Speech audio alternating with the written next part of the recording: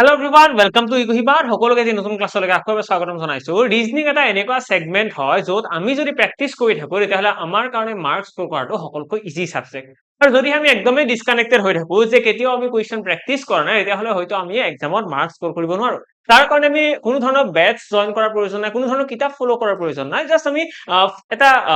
ইন্টাৰভেলৰ মাজত আমি প্ৰেক্টিস কৰি থাকিব লাগে, আমি ক্লাছবিলাক চাই থাকিব লাগে। আমি নিজাববীয়াকৈ পেন এণ্ড পেপাৰ ইউজ নকৰিলেও কথা নাই, যদি এনেকুৱা ধৰণৰ ক্লাছ কেইটামান কৰি থকা যায় হয়তো আমি মাৰ্কস স্কোৰ কৰিব নিশ্চয়কৈ পাৰিম। আৰম্ভ কৰিছো ৰিজনিঙৰ এটা চেপ্টাৰ যিটো আমি কওঁ নাম্বাৰ সিৰিজ বুলি। আৰু এই নাম্বাৰ সিৰিজ চেপ্টাৰটো স্পেচিয়েলি প্ৰেক্টিছৰ ওপৰত বহুত বেছি ডিপেন্ড কৰে। যেনেকৈ এই কুৱেশ্যনটো ফালে যদি চাওঁ, ইয়াতে কৈছে ফাইণ্ড দ্য মিছিং নাম্বাৰ। আমাক এটা সংখ্যা এটা উলিয়াব দিছে যে লাষ্টত কি আহিব। যদি এই সংখ্যাবিলাকৰ মাজত ডিফাৰেন্স বিলাক উলিয়াবলৈ যাওঁ, আমি মিছিং নাম্বাৰৰ বা ৰিজনিঙৰ এনেকুৱা ধৰণৰ চেপ্টাৰৰ যদি কুৱেশ্যন আহে তেতিয়াহ'লে আমি কি কৰো, আমি এই সংখ্যাবিলাকৰ পেটাৰ্নটো চেক কৰিবলৈ যাওঁ। পেটাৰ্নটো যদি চেক কৰিবলৈ যাওঁ 4 ৰ পৰা 9 কেনেকৈ আহিব, 4 ৰ পৰা 9 যদি আমি চেক কৰিবলৈ যাওঁ 4 ৰ লগত কি পূৰণ কৰিলে 9 আহিব, 4 ৰ লগত যদি আমি 2 এটা পূৰণ কৰো 9 আহিবনে, নাহে। তাৰ লগত আকৌ 1 এটা যোগ কৰিব লাগিব। যদি এনেকৈ নাচাই পেলাই আমি যদি ডিফাৰেন্সটো উলিয়াবলৈ যাওঁ আমি দেখিম 4 ৰ পৰা 9 হ'বলৈ হলে +5 কৰিব লাগিব। দেন 9 ৰ পৰা 19 মানে কিমান হ'ব লাগিব, +10 হ'ব লাগিব। নেক্সট যদি আমি চাওঁ 19 ৰ পৰা 39 হ'ব লাগিলে কি কৰিব লাগিব, 19 ৰ পৰা 39 হ'ব লগা হলে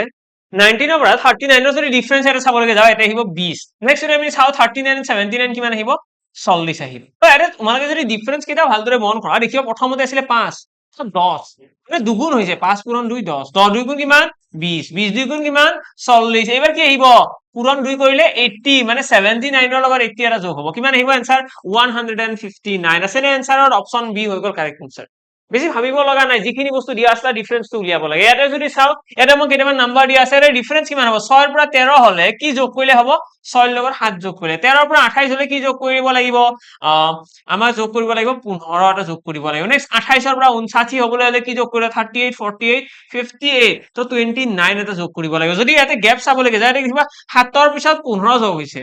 তো 7 ৰ পিছত 15 কেনেকৈ হ'ব, তো পূৰণ 2 7 2 গুণ 14 যোগ 1। 15 লগত কৰিলে কি হ'ব, 15 2 গুণ 30, কিন্তু ইয়াতে -1 হৈছে। 15 2 গুণ 30, কিন্তু ইয়াতে -1 হৈছে, 29 হৈছে। সেই একেটা পেটাৰ্ণত যদি এটাত আমি +1 ধৰি লওঁ এটা -1 ধৰি লওঁ, ইয়াতে কি হ'ব, নেক্সট আকৌ কি হ'ব, পূৰণ 2 হ'ব। 29 ৰ পৰা যদি উলিয়াব যাওঁ প্লাস কিমান হ'ব, 1 হ'ব। 29 2 গুণ কিমান আহিব, 58। 58 ৰ লগত +1 কৰিলে 59, মানে 59 এটা ইয়াতে কি হ'ব, 59 এটা ইয়াতে প্লাস কৰিব লাগিব। আৰু 59 যদি আমি প্লাস কৰি দিওঁ 59 + 59 কিমান আহিব, 118। তো 118 আমাৰ অপচনত আছে নে, তো ইয়াতে দেখিবা 118 চোন অপচনতে নাই। তো কি কৰা যায়, মানে এই যিটো পেটাৰ্ন আমি দেখিলো এইটো মতে ইয়াৰে আনসাৰ নাহিব, বেলেগ কি পেটাৰ্ন চলিব। তো যদি এক্সামত কেতিয়াবা এনেকৈ ডাইৰেক্টলি পেটাৰ্ন নিমিলে তেতিয়াহ'লে আমি পূৰণ কৰি পেলাই চাব বিচাৰো। পূৰণ কৰি চালে কি হ'ব,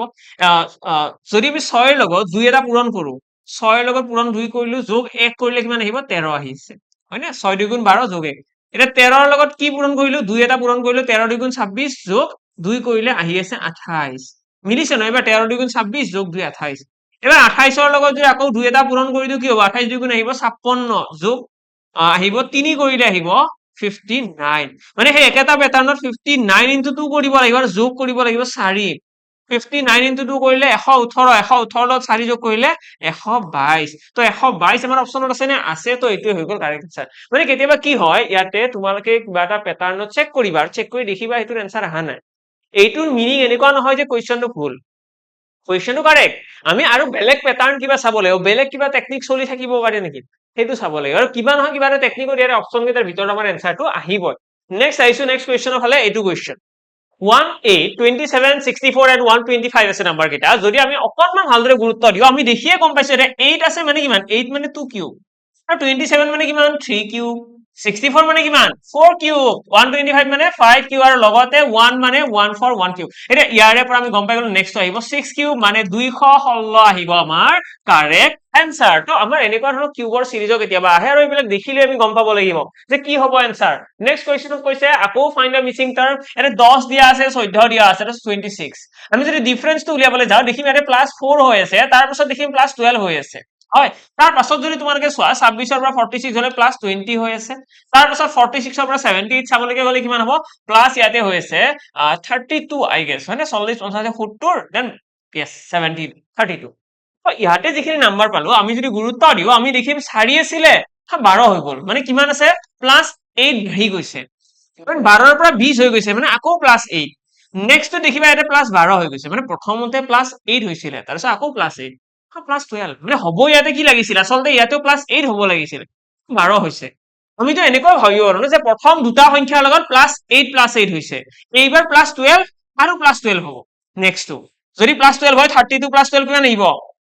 44 এটা 44 প্লাস হ'ব কাৰ লগত 78 ৰ লগত 78 ৰ লগত 44 প্লাস হলে কিমান আহিব 80 আছে 4 120 122 তো 122 আহিব যদিহে 44 ইয়াতে এড কৰা হয় অপচনত আছে নে হেতু তো 122 যদি আমি চাব লাগে যাও আমাৰ অপচনত নাই কিবা সিলি মিস্টেক হল নেকি আমি 32 ৰ লগত 12 যোগ কৰিছো 30 40 44 44 আমাৰ যোগ হ'ব লাগে 44 যদি যোগ হয়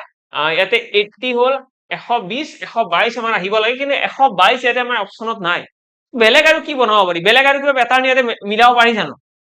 প্ৰথমটোৰ লগত +8 ঠিক আছে গোটেইখিনি চাই লোৱা 10 + 4 14 14 + 12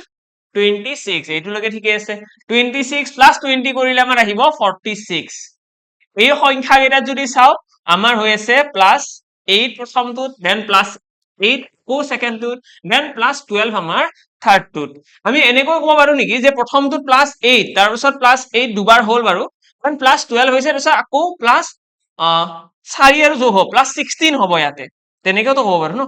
আমি তো হেইটো ভাবিব পাৰো যে ইয়াতে +16 হ'ব নেকি ইয়াতে +16 তো যদি +16 কৰি দিও তেতিয়াহলে কি হ'ব ইয়াতে 44 নহয় 46 আৰু হেইটো আনসাৰ দিব 124 যেটো আমাৰ ইয়াৰে লগত মিলি আছে ঠিক আছে যেটো ইয়াৰে লগত আমাৰ মিলি আছে 124 তো 124 আমি ইয়াৰে আনসাৰ বুলি কৈ দিম মানে কিছুমান কোৱেশ্চনত কি হ'ব তোমালোকে যদি ডাইৰেক্টলি প্যাটাৰ্ন বিচাৰি নপোৱা অকনমান তোমালোকে নিজৰ ফালৰ পৰা ভাবিব লাগিব তোমালোকে এনেকৈ ভাবিব পাৰা যে প্ৰথমটোৰ লগত একো এড হোৱা নাই কিন্তু সেকেন্ডটোৰ লগত এড হৈছে +4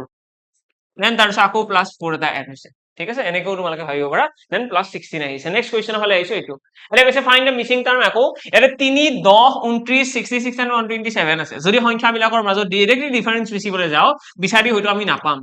এটা 3 আছে 3 লগত কি পূৰণ কৰিলে 10 আহিব একো পূৰণ কৰিব নোৱাৰে যদি যোগ কৰা কথা কও +7 আহিছে আৰু এনেকুৱা ধৰণৰ যিবিলাক সংখ্যা আছে ন যিবিলাক ড্ৰাস্টিক্যালি বাঢ়িছে ড্ৰাস্টিক্যালি বাঢ়া মানে খুব স্পিডত মানে সংখ্যাবিলাক ইনক্ৰিজ হৈছে এটা সব প্ৰথম টাৰ্মটো আছিল 3 কিন্তু শেষৰটো আছে 127 মানে বহুত সোনকালে এইটো সংখ্যা বহুত ডাঙৰলৈকে কনভাৰ্ট হৈ গৈছে মানে ইয়াতে কেতিয়াও যোগ হৈ নাথাকে এইটো চিয়ৰ থাকিবা এনেকুৱা ধৰণৰ সিৰিজত কেতিয়াও যোগ হৈ নাথাকে যোগ হৈ থাকিলে ইমান স্পিডত নাবাঢ়ে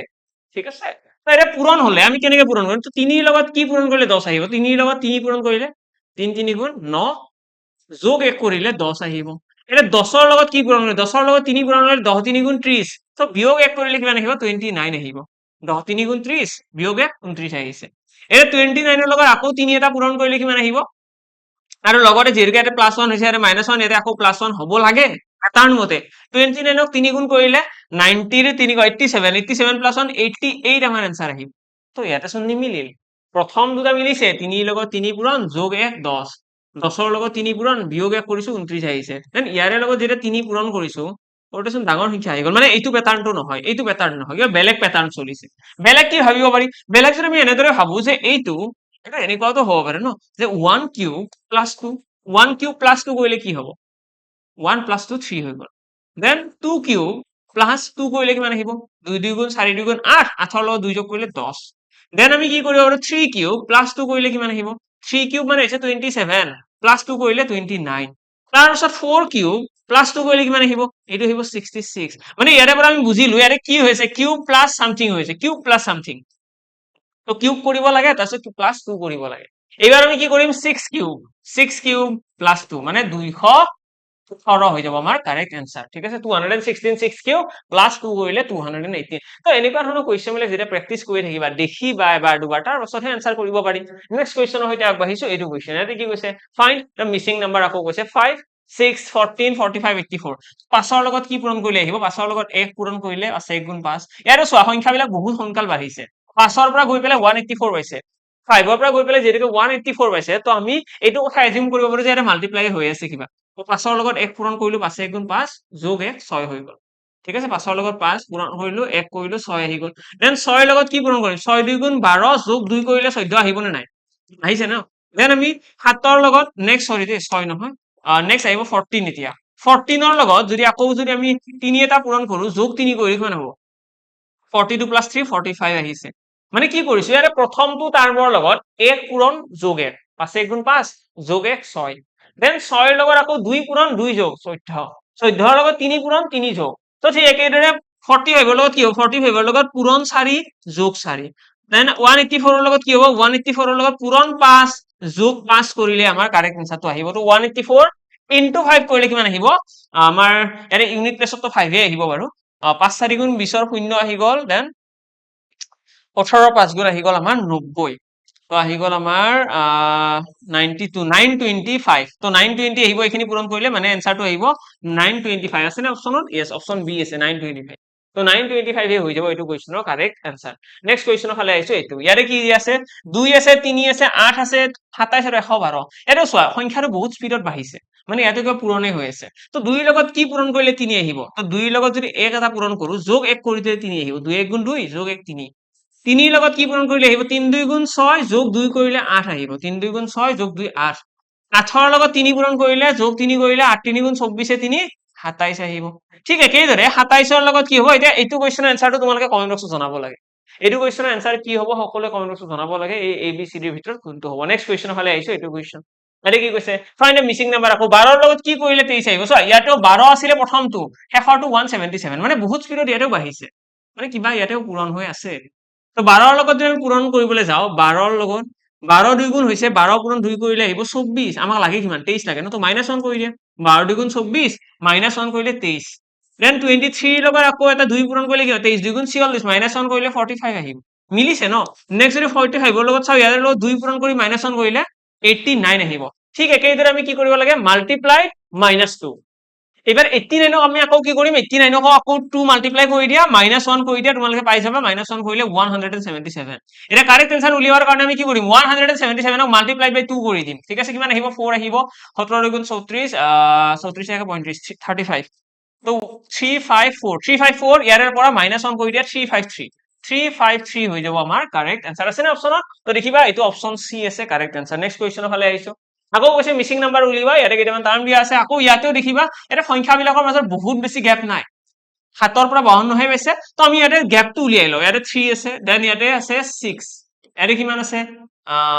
16 26 ইয়াতে আছে 12 দেন ইয়াতে কিমান আছে 28 ৰ পৰা 52 হলে কিমান হ'ব 22 24 তো ইয়াতে চাও মই কৈছিলো ন ইয়াতে বেছি গ্যাপ নাই তো ইয়াতে চান্স আছে বেলেগ প্যাটাৰ্ন চলা তো দেখিবা প্ৰথমতে 3 যোগ হৈছে তাৰপিছত 6 যোগ হৈছে মানে 3 2 গুণ 6 তাৰপিছত 12 যোগ হৈছে মানে 6 2 গুণ 12 ইয়াতে পূৰণ হৈ পেলাই আহিছে দেন 24 যোগ হৈছে মানে পূৰণ 2 ইয়াতে 24 গুণ কিমান হ'ব এটা আহিব 48 52 লগত 48 এটা যোগ কৰি কিমান আহিব 100 তো 100 হৈ গ'ল আমাৰ correct answer okay option B হৈ যাব কাৰেক্ট आंसर নেক্সট কোৱেশ্চন এইটো হৈছে আজিৰ ক্লাছৰ লাষ্ট টু কোৱেশ্চন শেষৰটো কোৱেশ্চন আৰু এইটো কোৱেশ্চন মই তোমালোকক হোমৱৰ্ক ৰাখিব বিচাৰো এটা কোৱেশ্চন নিজৰ ফালৰ পৰা ট্ৰাই কৰা আৰু লগতে কমেন্ট বক্সত জনোৱা যিহেতু ইমানখিনি লাগে ক্লাছটো চালোৱে তাহলে এটা কোৱেশ্চন নিজৰ ফালৰ পৰা এফৰ্ট দিবও লাগে ন অকনমান ব্ৰেইনটো শাৰ্প হৈছে যিহেতুকে অকনমান নিজকে টেষ্ট কৰি চাব লাগে লগতে মই এইটো কথাও জনাও যদিহে কোনোবাই নতুনকৈ এডিআৰি দিম বুলি ভাবি আছে আৰু নিজৰ গোটেইখিনি প্ৰিপাৰেচনক লৈ কনফিউজ হৈ আছে নিশ্চয়কৈ তোমালোকে জয়েন কৰিব পৰা আমাৰ এডিআৰি নতুনকৈ ষ্টাৰ্ট হোৱা ফাউণ্ডেশ্যন বেটচ আৰু এইটোৱে হয়তো আমাৰ শেষৰটো ফাউণ্ডেশ্যন বেটচ হ'ব কাৰণ ইয়াৰে পাছত আমাৰ এক্সামৰ ডেট ওলোৱাৰ পাছত ক্ৰেছ কোৰ্ছে আমি লঞ্চ কৰিব পাৰিম আৰু ফাউণ্ডেশ্যন বেটচ এটাৰ এডভান্টেজ হৈছে তাত গোটেইখিনি বস্তু একদম ডিটেইলছত এক্সপ্লেইন কৰোৱা থাকে ফাউণ্ডেশ্যন বেটচৰ আমি সৰু সৰু বস্তুবিলাক বহুত বেছি টাইম লৈ পেলাই এক্সপ্লেইন কৰি পেলাই পঢ়ো আৰু ক্ৰেছ কোৰ্স বুলি কোৱাৰ লগে লগে আমি নিজৰ ফালৰ পৰা প্ৰিপাৰেচনটো বহুত বেছি ভাল ৰাখিব লাগে ফাউণ্ডেশ্যন এণ্ড ক্ৰেছ কোৰ্সৰ এটা ডিফাৰেন্স থাকে তো যদি কোনোবাই নতুনকৈ প্ৰিপেয়াৰ কৰি আছে বা কোনোবাই যদি নিজৰ ষ্টাডি প্লেনটো মিলাব পৰা নাই যে মই ডেইলি পঢ়া নহয় মোৰ তো কন্টিনিউটি মেইনটেইন কৰাৰ কাৰণে এনেকুৱা ধৰণৰ বেটচবিলাক বহুত বেছি ইম্পৰ্টেন্ট হয় আৰু মেৰ ক্লাছ হৈয়ে আছে ৰিসেন্টলি ষ্টাৰ্ট হৈছে যদি কোনোবাই জয়েন কৰিব বিচাৰে নিশ্চয়কৈ জয়েন কৰিব পাৰে লগ পাম সকলোকে অন্য এটা ক্লাছত আজিৰ কাৰণে ইয়াতে সামৰিছো থ্যাংক ইউ